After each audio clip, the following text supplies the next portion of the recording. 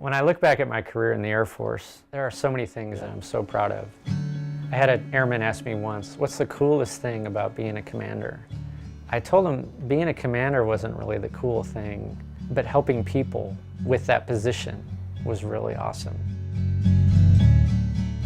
I'm Chris Ford. I'm born and raised in Buffalo, New York, and I run the National Association of Veterans Serving Organizations. I was raised by my mother, who raised 3 boys. I was lucky enough to do pretty well in school, and I had some mentors that served in the Army Reserve, and it prompted me to think about going into military service myself. And I had the opportunity to go to the Air Force Academy, which was amazing. And while I was there as a senior, I had the opportunity to lead the survival school, and I found that leading people was really amazing, to be around people that I can help. When I started out in the Air Force, my very first job was to run the mobility section. So I had to very quickly figure out how to get smart about the work that they do and how do I build credibility with my subordinates. And a lot of that was just spending a lot of time reading and listening and learning alongside them so that I could quickly learn the skills that they had so that I could be a more effective leader. The tipping point, or the pivotal point in my career, was getting my first opportunity to command. And for me, that came in 2007 with the opportunity to serve as a Security Forces commander in Little Rock, Arkansas. And unfortunately, a month before I take command, the unit suffers a casualty in Iraq and loses Staff Sergeant John Self.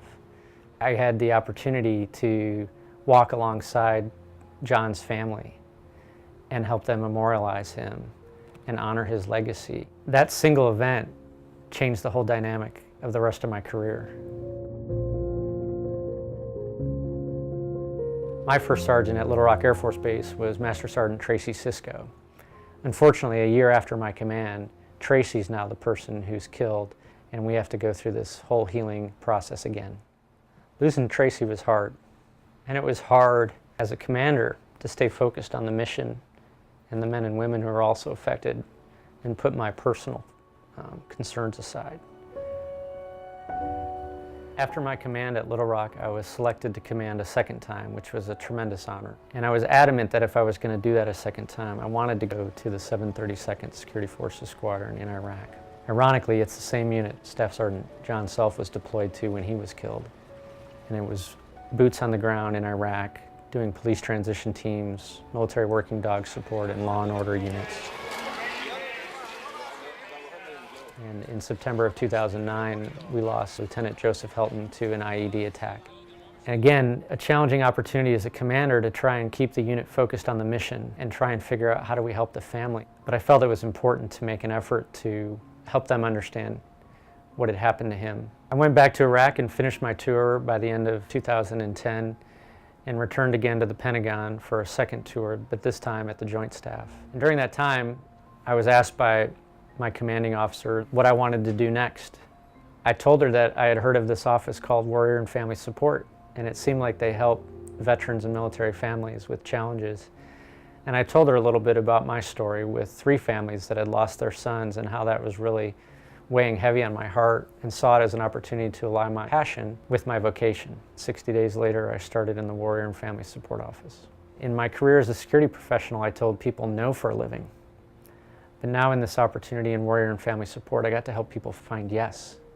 And that felt so much better. One of the first things I tried to look for was a trade association that brought together all of the disparate pieces of effort going on around the country. Again, 42,000 nonprofit organizations, all trying to help veterans. And to my amazement, I didn't find one. So within the first 6 months of my time there, I crafted out a terrible business plan at what a national association might look like, and I shelved it for a good period of time, thinking that it wasn't achievable. NAVSO went public in February of 2015. So NAVSO, as we call it for short, provides essential resources to organizations that serve veterans and military families so that they can be more effective and efficient in the work that they do.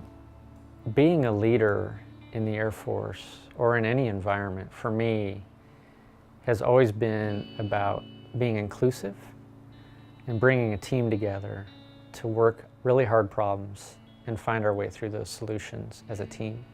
I don't always have all the answers, but I usually know someone who might. And pulling each of those pieces into that solution so that we're all together winning has really been the highlight of my career.